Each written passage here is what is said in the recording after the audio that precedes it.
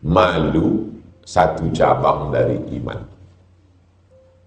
Coba tengok. Seandainya Nabi mengatakan iman itu cabangnya banyak, cukup. Tapi Nabi mengumpamakannya macam pokok.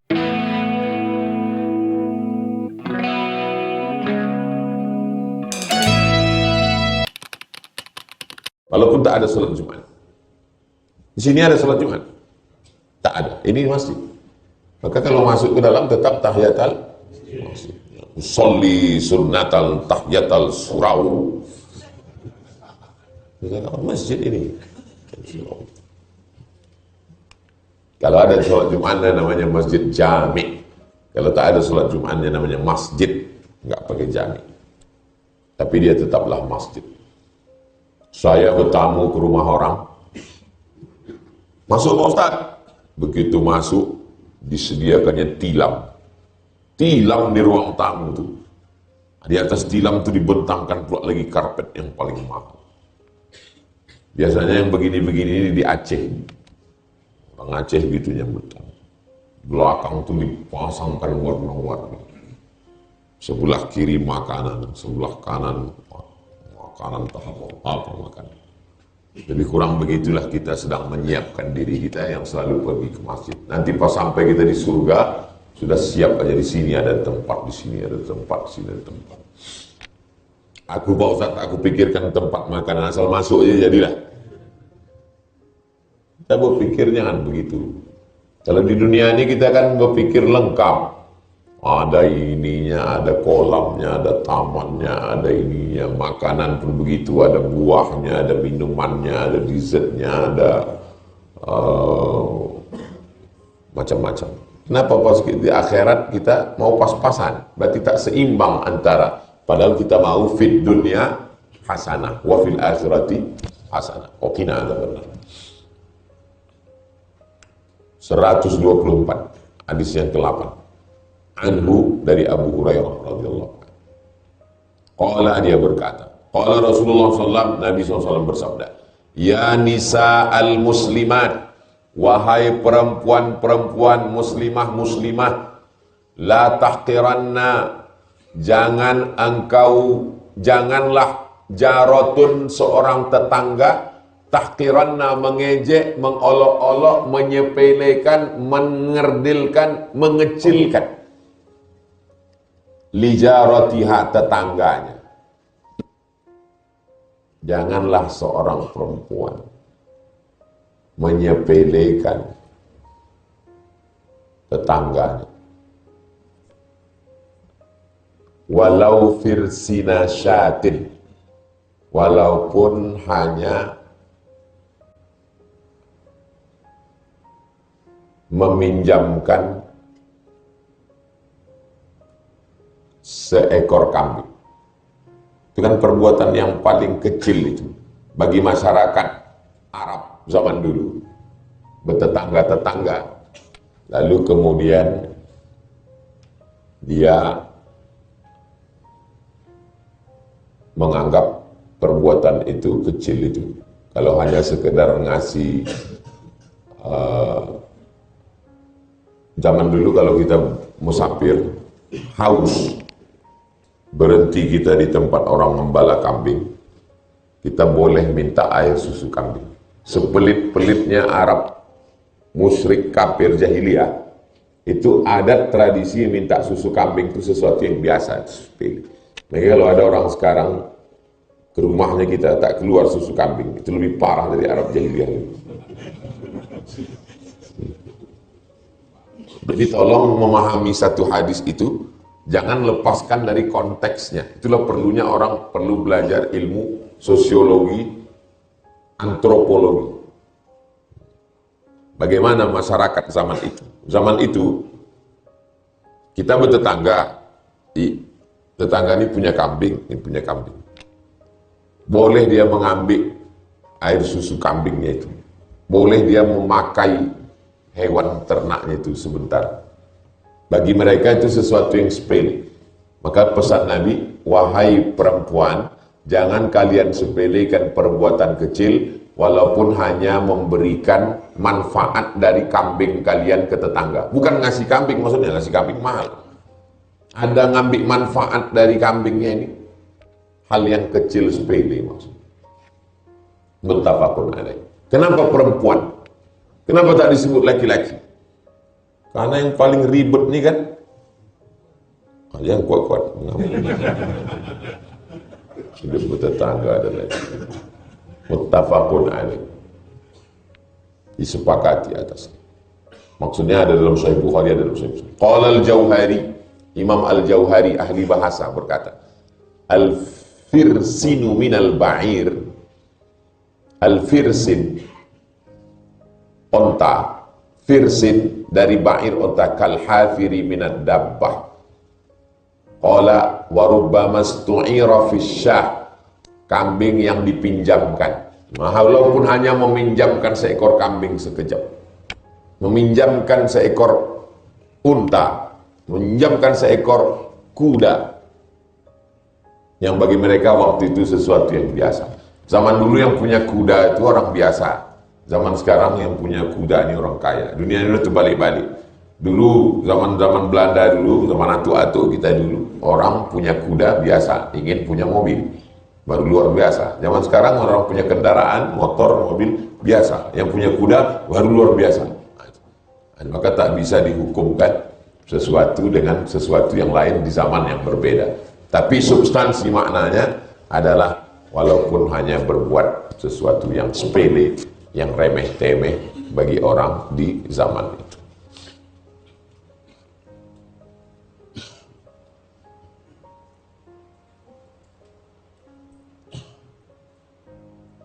Wa rubbama stu'ira fisyati, walaupun hanya sekedar meminjamkan sesuatu pada kambing untuk diambil manfaat. Hadis yang terakhir 125, hadis yang ke-9, anhu dari Abu Hurairah radhiyallahu anhu, Nabi SAW, dari Nabi SAW, al-imanu iman bid'un wa sab'un, iman itu bid'un, bid'un antara 3 sampai 9, 3 sampai 9 bid'un namanya, sab'un 70, 73, 74, 75, 76, 77, 78, 79. Iman itu cabangnya 73 sampai 79 cabang. Au bid'un wasittuna syu'bah, atau 63 sampai 69 cabang. Ibarat pokok kayu 73 sampai 79 cabang. Fa afdaluha, cabang yang paling tinggi pucuknya la ilaha illallah. Wa adnaha, yang paling rendah cabangnya imatatul adza 'anit thariq, membuang sesuatu yang mengganggu di jalan, iman. Wal hayatu syu'batun minal iman, malu satu cabang dari iman.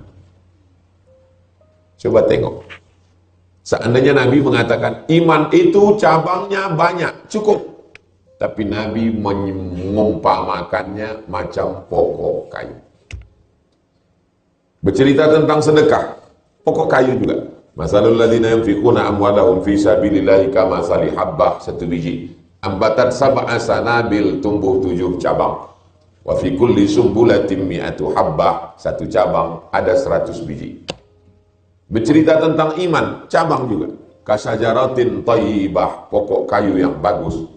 Asluha sabitun, akarnya menancap ke tanah. Wa far'uha fis sama, cabangnya mencucuk ke langit. Kenapa Nabi selalu bercerita tentang pokok kayu?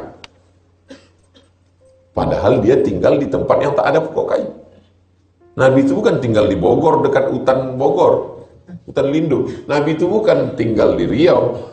Nabi tinggal di gurun pasir yang tak ada pokok kayu. Dia sedang mengajarkan kita menjaga tanah.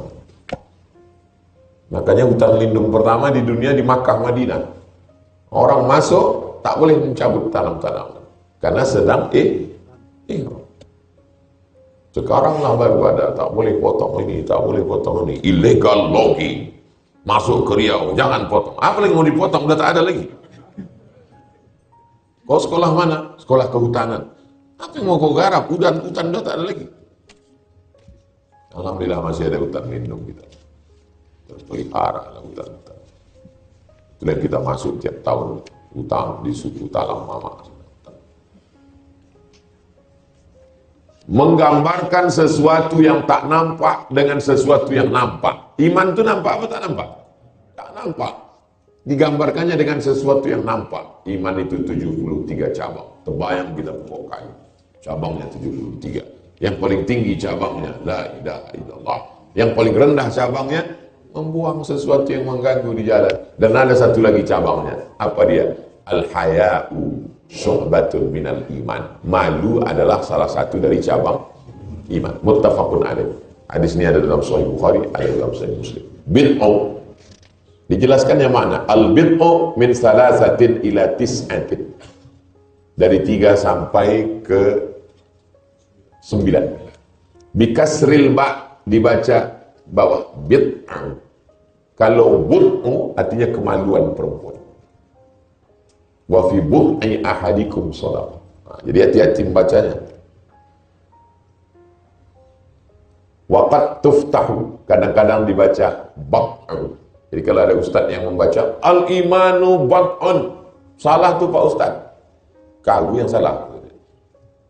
Bacalah Riyadhus Shalihin, bisa dibaca bid'u, bisa dibaca bad'u. Asal jangan bud'u, karena bud'u artinya kemaluan. Wasyu'batu, syu'bah artinya qit'ah, potongan. Malu itulah yang sudah tak ada lagi. Kalau pejabat malu, dia tak akan korupsi. Kalau anak gadis malu, dia tak akan mau dibonceng laki-laki, tak mau. Kalau mahasiswa malu, dia tidak akan melakukan perbuatan maksiat di atas muka bumi Allah, dikirimi orang tua, mengecewakan orang tua. Mudah-mudahan kita diberikan satu sifat bernama malu. Itulah hadis yang kita kaji sampai 6.10. Selanjutnya kita akan bahas tanya jawab sampai 6.30. Habis itu kita akan sholat sunat isyraq 2 rakaat. Pertemuan akan datang hadis yang ke-10.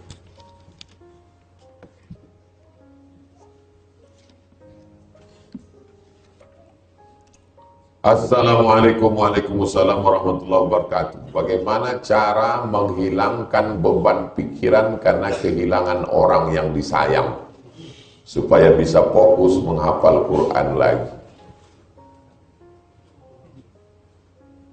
Kita bisa tak mengistirahatkan mata? Bisa apa tak bisa? Bisa. Cuma cara mengistirahatkan mata? Pejamkan mata tuh. Kita bisa tak mengistirahatkan kaki? Bisa. Bagaimana caranya? Berhenti berjalan. Kita bisa tak mengistirahatkan telinga? Bisa. Ambil kapas, sumbatkan. Bisa.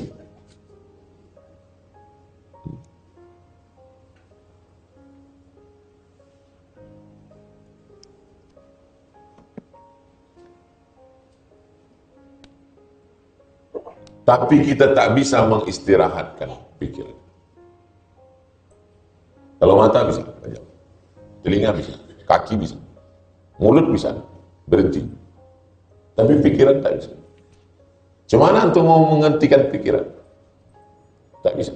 Jadi kalau ada orang mengatakan, kosongkan pikiran, kosongkan. Berdatangan dia datang rekening listrik, air, angsuran, panci nampak, rice cooker, nampak.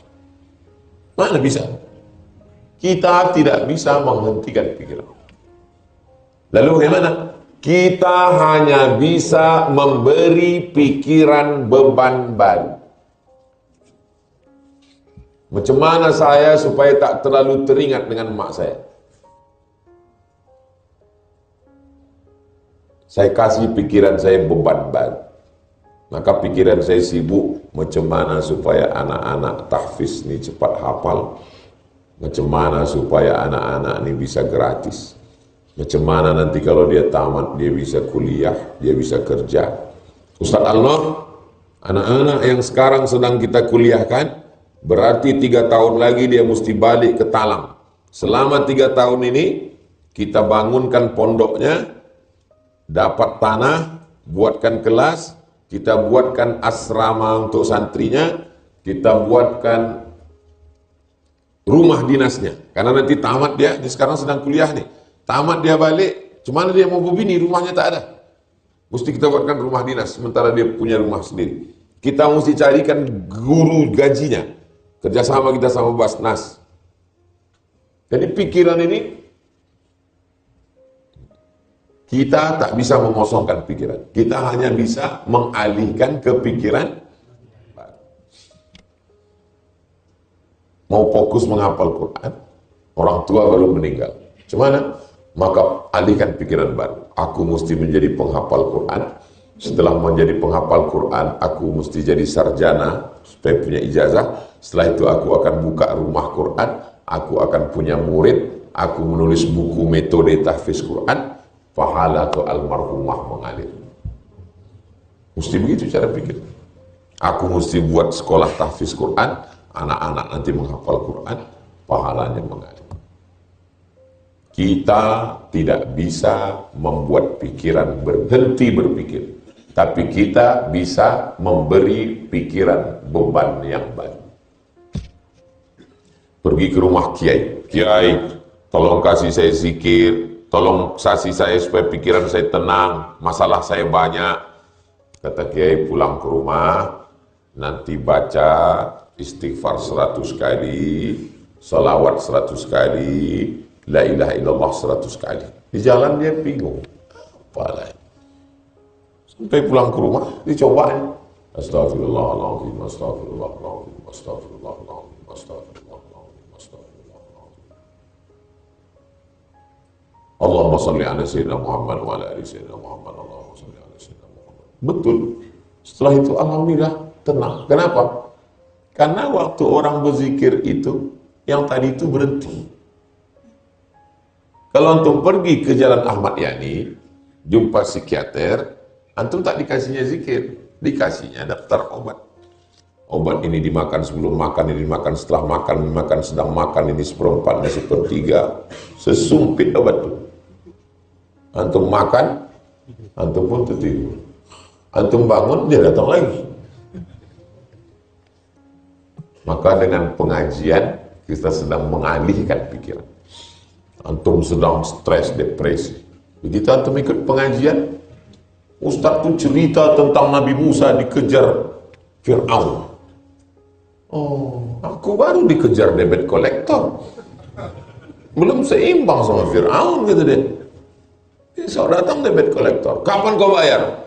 Nabi Musa lebih parah lagi daripada aku ini kan. Kau belum ada apa-apanya dari Fir'aun. Tak bisa berhadapan sama orang ini, kita debit kolektor. Kita hanya bisa memberi pikiran beban baru. Dengan berzikir sesungguhnya orang sedang mengalihkan pikiran. Paham ya? Jadi jangan antum larut di situ.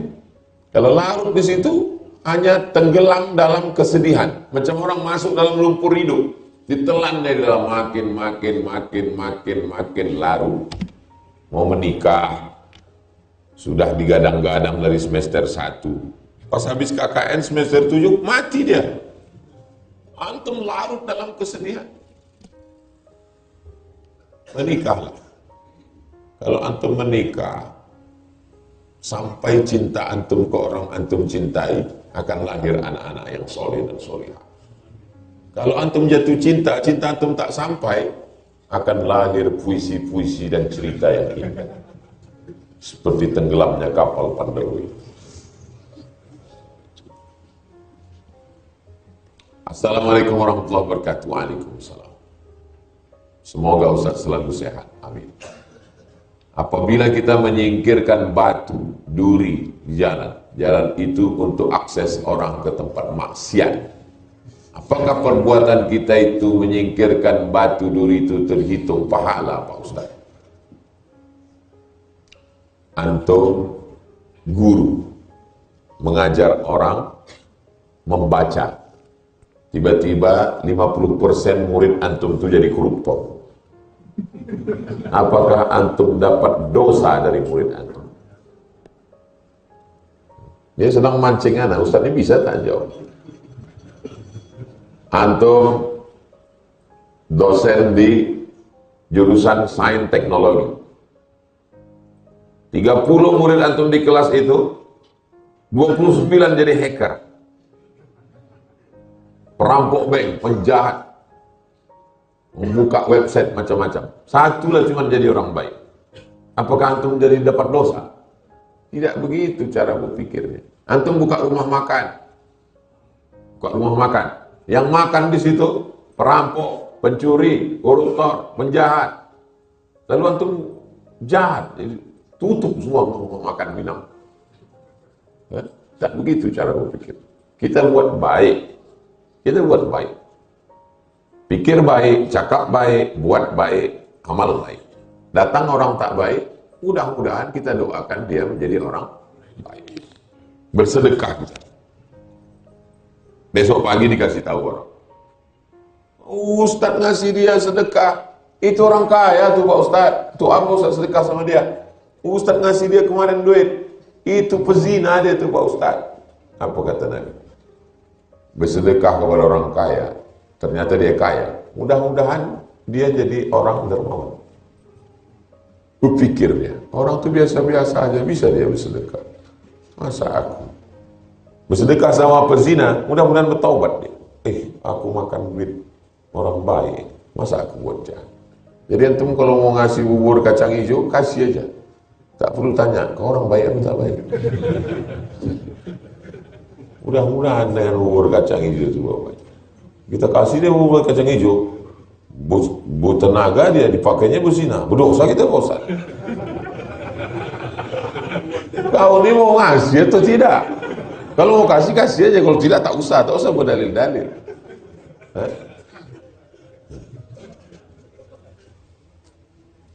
Ibadah kita bagus, tapi dengan tetangga tak bagus. Apa solusinya Pak Ustaz? Dulu sebelum turun ayat warisan, walakum nisfu ma taraka azwajukum illam yakul lahunna walad. Kamu dapat setengah harta istrimu kalau tak ada anak. Sebelum turun ayat warisan, orang sesama bertetangga itu kalau meninggal mewarisi harta tetangga di Madinah sampai turun ayat warisan. Sampai begitu dekat. Tetangga kita itu dibagi dua. Wal jari dzil qurba wal jaril junubi. Tetangga yang ada hubungan kerabat, tetangga yang tak ada kerabat, tetangga sepupu, tetangga saudara kandung, tetangga. Tapi ada tetangga yang tak ada hubungan. Sampai begitu. Dimasukkan tetangga dalam orang dekat dengan kita. Kalau mati saya, apakah saudara saya yang jauh itu yang datang ngurus jenazah saya? Tidak. Tetangga saya di Rimbo Panjang, nilai yang akan menyolatkan saya, mengangkat saya ke pemakaman. Jadi kalau ada orang tak baik ke tetangga, itu salah satu bukti dia tidak beriman kepada Allah. Man kana yu'minu billahi wal yawmil akhir, siapa yang percaya kepada Allah dan hari akhirat, fala yu'zi jarahu, jangan menyakiti tetangga. Siapa itu orang yang tak beriman? La ya'manu jarahu bawa'iqahu, tak aman tetangganya dari kejahatannya. Saya kalau pergi, hati saya aman tenang, karena tetangga saya tak ada yang mengacau saya. Jangan sampai kita pergi ke Makkah mau umroh, terpikir kita, jangan diambilnya lah buah mangga. Labbaik Allahumma labbaik, masuk kalau diambilnya lah buah. Jangan sama potnya udah hilang sekali. Rusak kali pikiran kita kalau sampai tetangga kita jahat. Membuat baik sama tetangga. Jangan jahat sama tetangga. Orang zaman dulu bagus sekali sudah dibuat. Malam Jumat jumpa sama tetangga. Buat musola, zuhur jumpa, asar jumpa, maghrib jumpa, isya jumpa, apa kabar, sehat. Yang tak bisa jumpa tiap hari, malam Jumat jumpa. Kenapa? Wirid Yasin. Sekarang wirid Yasin tak jumpa lagi. Kenapa? Kalau tak datang wirid Yasin, bid'ah, wa kullu bid'atin dhalalah, wa kullu dhalalatin finnar. Di masjid tak mau. Karena masjid ini pakai kunut subuh, bid'ah. Terus kalau kau mati saya mengurus jenazah. Jadi buat baik sama tetangga. Itu mengapa setiap sore Jumat saya buat wirid Yasin ibu-ibu. Supaya tetangga saya tak ada alasan. Apa itu Ustaz Somad itu? Ceramah aja katanya peduli tetangga, silaturahim. Dia sendiri tak peduli. Subuh Rabu, 4 Rabu. Ibu-ibu, 4 kali Jumat sore. Ustaz Al-Nob didatangkan. Dr. Hanafi datangkan. Dr. Zulfikromi datang. Ustaz setiap sore Jumat kedua baca At-Targhib wa Tarhib Mukhtasar. Untuk anak-anak itu di TK, anak-anak mengaji habis maghrib ke Isya, semua anak-anak jalan Kamboja supaya orang tak ada alasan untuk tidak menyambung silaturahmi. Oh, tak bisa itu jumpa sama Ustaz Somad itu, pintunya berkunci. Iya, kunci. Kalau tak dikunci berdatangan semua. Orang mau berfoto buat baleho ni, bentar lagi. Ini semua tak dikunci itu. Oh, kalau habis nanti 14 Februari ini tidak ketat kali kunci itu. Paham antum kan? Nanti kalau ada terus saya ikut pengajian Ustaz Somad itu, katanya aja itu kita memuliakan tamu, itu dikunci terus, diketat terus. Itu sementara 14 Februari ini aja itu. Habis nanti longgar lah itu insyaAllah. Antum yang ngaji sama anak mesti tahu. Apa yang harus dilakukan perempuan jika ada laki-laki yang mengajak ta'awud, namun si laki tersebut tidak paham ilmu akidah, sementara si perempuan akidahnya mengikuti mazhab Asy'ari? Jangan kalian nikah sama Syiah, jangan nikah sama Khawarij, jangan nikah sama Murji'ah, jangan nikah sama liberal, jangan nikah sama sekuler, jangan nikah sama beda akidah, nanti kalian susah sendiri. Kau kenapa belum juga nikah? Ada calon Pak Ustaz. Kenapa tak dipindah?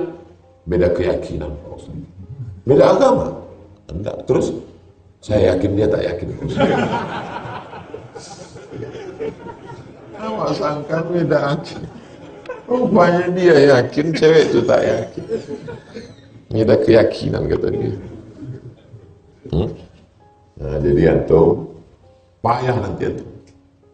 Kenapa lah antum mesti sama dia juga? Begitu banyaknya yang akidah Asy'ari. Ini Asy'ari semua.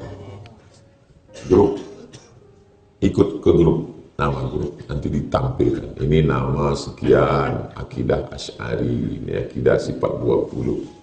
Udah, nanti kita buat acara akad nikah masalnya pas hari ulang tahun Riyadhus Shalihin, kita buat acara nikah masal. Daftar aja sekarang. Kalau kalian terkendala masalah akad, ini saya carikan Pak Kuanya. Hah? Pak Babur nih Pak Kuat. Bisa Pak Kuat? Bisa, didaftar. Kalau dia tinggal di kecamatan lain bisa diurus? Bisa, Ali. Kita buat acaranya, habis pengajian ulang tahun subuh, akad. Kalian yang mau akad, akad.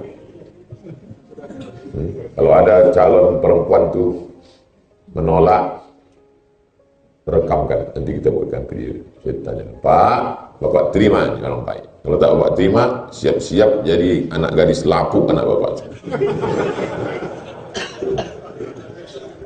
Kita buatkan video. Nah, ada yang menolak-nolak. Di Palembang begitu. Kalau ada acara haul, ada acara maulid, diakadkan orang. Untuk memudahkan orang nikah. Sekarang berpikirlah anak muda nih, itu lagi, ini lagi, mahal lagi, ini. Mudahkan, yassiru, mudah. La tu'assiru, jangan dipersulit. Basyiru, berikan kabar gembira. La tunafiru, jangan bawa orang lain. Kita tak mau hanya sekedar mengaji aja. Kita mesti saling mengenal. Di sini ada yang punya bisnis tapi belum punya karyawan. Ada yang baru tamat kuliah, belum kerja. Dipertemukan melalui grup-grup. Grup selalu share. Diperlukan seorang security. Dicari seorang menantu yang soleh berakidah Asy'ari. Dicari calon suami. Ini ada seorang gadis. Orang tua sudah mau meninggal. Kebun sawit sejauh mata memandang.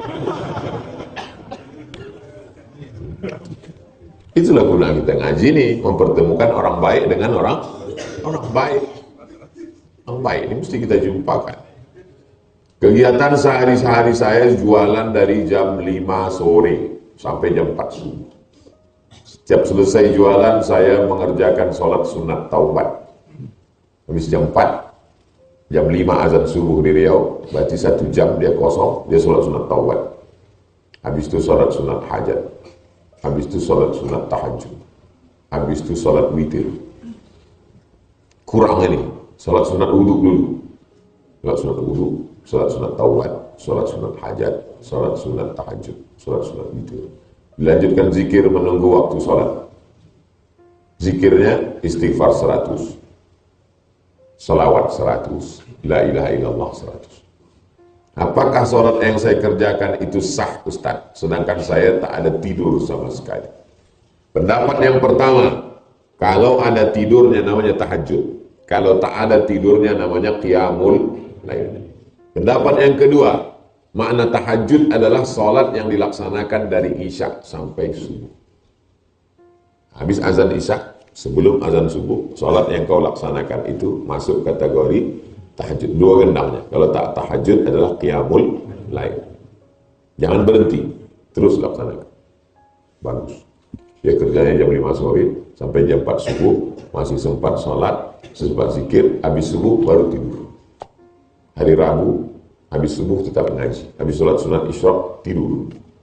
Tapi jangan pula zuhur asar jamaah takhir. Nanti zuhur tetap bangun. Tidur jam 7, habis sarapan, 8, 9, 10, 11, 12, 1. Setengah 1, sholat zuhur berjamaah. Habis itu makan siang, tidur lagi. Jam 2, jam 3, jam 4, berangkat ke tempat jualan. Jam 5. Walaupun kualitas tidur siang dengan tidur malam tak sama. Mudah-mudahan sehat. Kalau jualannya pinggir jalan, pakai jaket. Supaya jangan masuk angin. Pakai masker. Karena udara malam kurang bagus. Bagaimana menjadikan hati untuk tidak terbersit melakukan perbuatan maksiat? Karena kita tahu masa muda ini masa tersulit. Kalian pikir saya ini lahir langsung tua? Dianggap orang ini saya tak pernah muda. Nah.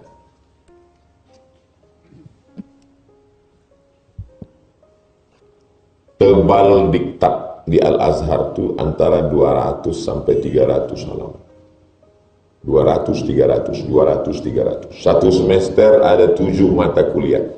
Jadi kalau pukul rata 200 kali 7, 1.400 halaman, 6 bulan. Mesti dikhatamkan. Buka pertama, sebelah kiri diktat, sebelah kanan Kamus Al-Munawwir, Krapyak, Yogyakarta. Sebab kita bukan orang Arab, mesti buka kosakata mufradatnya mana. Belum ada Google lagi waktu itu.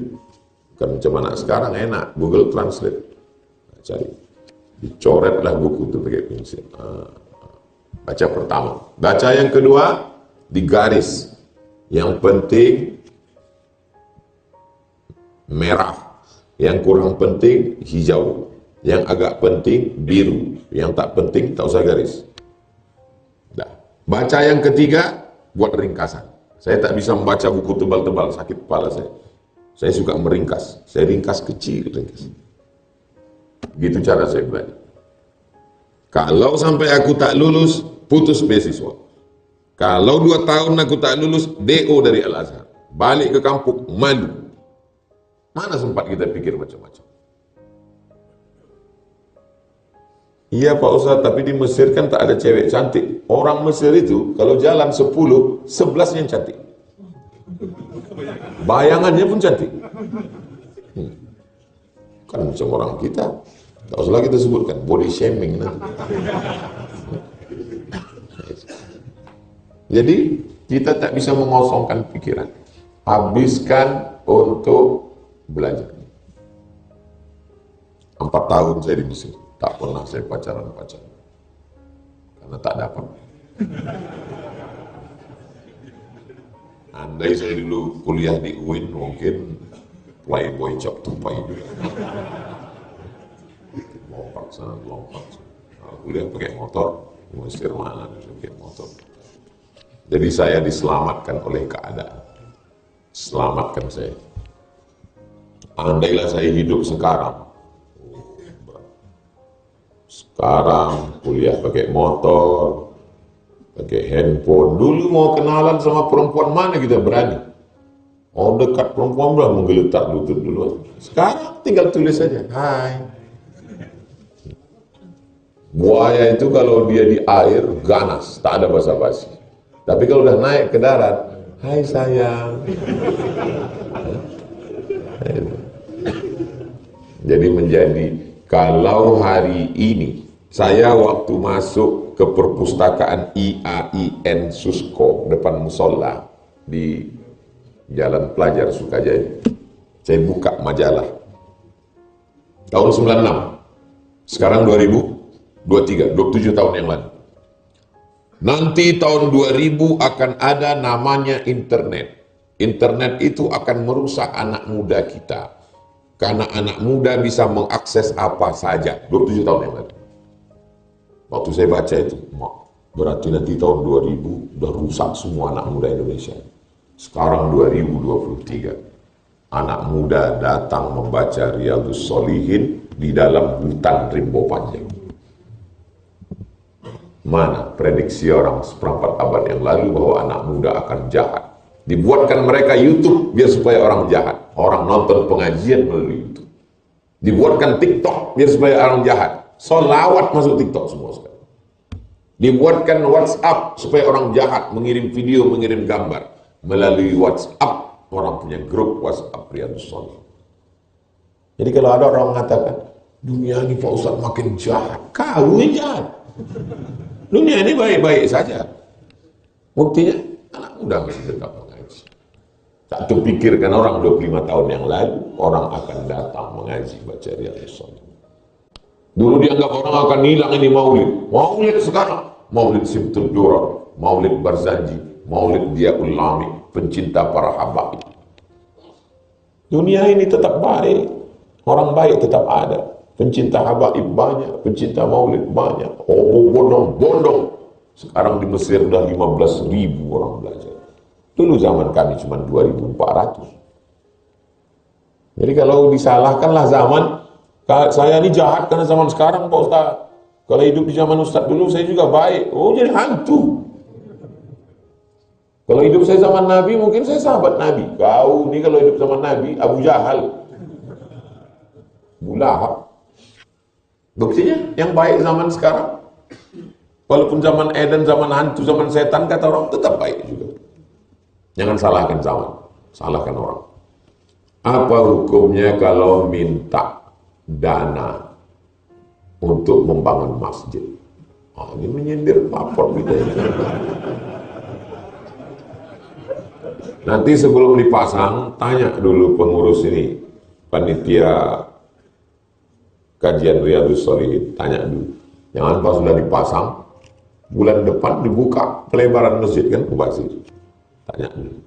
Kalau kata dia, tak usah pasang dulu, karena masjid mau kita lebarkan, macam masjid. Itu aman kan jadi lebar.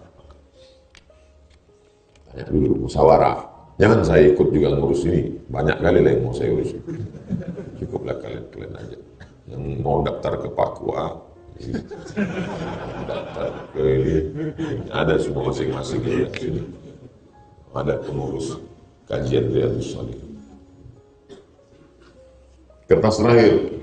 Bagaimana jika ketika kita ingin mencari solusi sebuah masalah tanpa menggunjing orang lain? Karena jika tidak menyampaikan kesalahan aib orang lain, tidak tahu pangkal masalah. Macam mana Pak Ustaz? Tak bisa.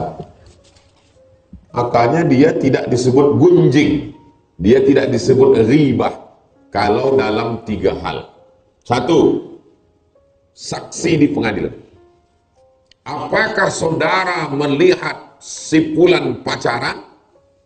Mohon maaf Pak Hakim, saya sebetulnya mau menjawab, tapi saya takut ini ribah ini Pak Hakim. Wahai Pak Hakim, jangan terjerumus dalam perbuatan ribah ya Pak Hakim. Diambil Hakim itu martil, bodoh. Kalau bersaksi di pengadilan itu tidak ghibah. 2, orang bertanya hukum. Assalamualaikum Ustaz Somad. Waalaikumsalam. Apa hukumnya nih Pak Ustaz? Apa masalahnya? Bila saya takut ghibah. Gimana aku mau jawabnya? Mereka datang ke Nabi bertanya berbagai permasalahan. Tidak ghibah. Karena itu bertanya masalah hukum. Yang ketiga, liihqaqil haqq wa ibtalil batil, menunjukkan orang ini salah. Kau jangan kasih dia pinjam duit. Kenapa begitu? Karena duit aku tak balik-balik. Nah, itu bukan riba, itu untuk menunjukkan kebatilan orang supaya jangan ada orang lain kena. Bukan riba. Sekali kasih tahu. Kalau tiap hari itu hobi. Ini bukan riba ya, ini seperti yang dibilang Ustaz Somad ini cuma. Tapi tiap hari. Nah, itu hobi, itu. Menikmati. Tak ada kerjaan. Saya tak sempat bercerita aib orang lain. Saya berpikir bagaimana anak ini menghafal Quran, bagaimana anak ini nanti bisa kuliah. Kalau anak ini udah kuliah bisa balik kampung, dia punya pondok, bagaimana dia punya pesantren, bagaimana menyelesaikan asrama, bagaimana semua. Bagaimana anak-anak ini supaya selamat, bagaimana supaya kajian Riyadhus Shalihin ini bukan sekedar video tapi ada bukunya dituliskan, bagaimana supaya ada modul supaya adik-adik nanti kalau pulang ke kampungnya dia bisa melanjutkan kajian Riyadhus Shalihin supaya mengalir. Kita sempat kita mikirkan yang remeh-temeh, sama macam orang memanah. Orang memanah itu, filosofi memanah, fokus menengok pokok kayu yang mau dipanah, sehingga yang kanan kiri ini tak nampaknya lagi. Fokus kita. Tapi bukan berarti tak menampak, bukan berarti dia pakai kacamata kuda. Ini sekedar bunga-bunga aja. Tak terlalu peduli kita dengan cakap-cakap orang. Orang ghibah, orang caci maki, orang ngejek kita, tak terlalu peduli kita karena kita fokus, ada target yang mau kita capai. Antum target semester 6 KKN, masuk judul, nulis, selesai. Kalau mau jadi akademisi, lanjut S2, S3. Kalau tidak mau jadi akademisi, sesuai dengan jurusan. Jurusan apa? Pertanian, balik kampung, bertani. Jurusan apa? Peternakan, beternak. Jangan beternak di atas kertas. Mana bisa ternak ayam di atas kertas? Cari modal, beternak, bertani, kembangkan UMKM, bisnis. Kalau mau jadi akademisi, jadi dosen, serius, S2, S3. Saya dulu pikir begitu. Aku selesai Al-Azhar, habis S1. Habis itu aku nanti mau lanjut S2. Aku lanjut S3. Kenapa? Karena aku mesti jadi dosen. Aku mau jadi dosen di Malaysia. Aku mau jadi dosen di Brunei. Aku mau membahagiakan orang tua. Fokus. Sampai. Semua yang saya pikirkan dulu sampai. Antum mesti berpikir.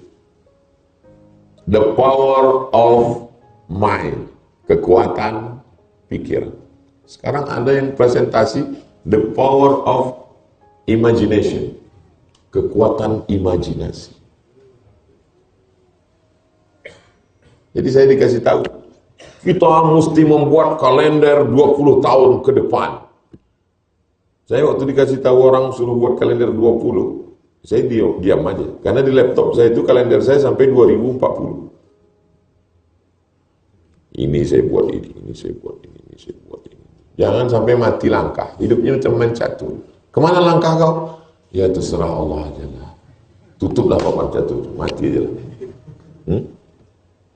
Harus berpikir, pikir. Kalau terwujud yang saya pikirkan ini, jadi amal soleh. Andai tidak terwujud, innamal a'malu binniyat wa innamal likulli imri'in ma nawa. Kita tutup dengan doa kafaratul majlis. Subhanakallahumma wa bihamdika asyhadu an la ilaha illa anta astaghfiruka wa atubu ilaik. Ala hadhihi wa kulli niyatin salihah. Al-Fatihah. A'udzu billahi minasyaitonir rajim. Bismillahirrahmanirrahim. Alhamdulillahi rabbil alamin arrahmanir rahim maliki yaumiddin. Iyyaka na'budu wa iyyaka nasta'in. Shiratal mustaqim. Shiratal ladzina an'amta 'alaihim ghairil maghdubi 'alaihim waladdallin. Amin. Rabbana alaika tawakkalna, kepada Engkau kami bertawakal, wa ilaika anabna, kepada Engkau kami berserah diri, wa ilaikal masir, kepada Engkau kami semua akan kembali. Rabbana la tuzigh qulubana Jangan palingkan hati kami ba'da idh hadaitana, setelah Kau berikan hidayah kepada kami. Ya muqallibal qulub, Engkau yang membolak-balikkan hati. Sabbit qulubana, kokohkan hati kami ala dinik, dalam agamamu, wa ala ta'atik, dalam ketaatan kepada Rabbana hablana minas salihin, jadikanlah anak kami anak-anak yang soleh dan solehah. Allahumma rzuqna imaman adila, berikan kami pemimpin-pemimpin yang adil dan amanah.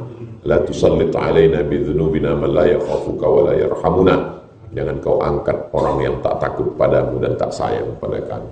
Rabbana taqabbal minna, terima segala amal kami ya Allah. Rabbana ighfir lana dzunubana wa liwalidayna warhamhuma kama rabbayana shaghira. Rabbana atina fid dunya hasanah wa fil akhirati hasanah wa qina adzabannar. Wa adkhilna al-jannata ma'al abrar ya aziz ya ghaffar. Wa sallallahu ala sayyidina Muhammad wa ala alihi wa sahbihi wasallam walhamdulillahi rabbil alamin. Taqabbalallahu minkum.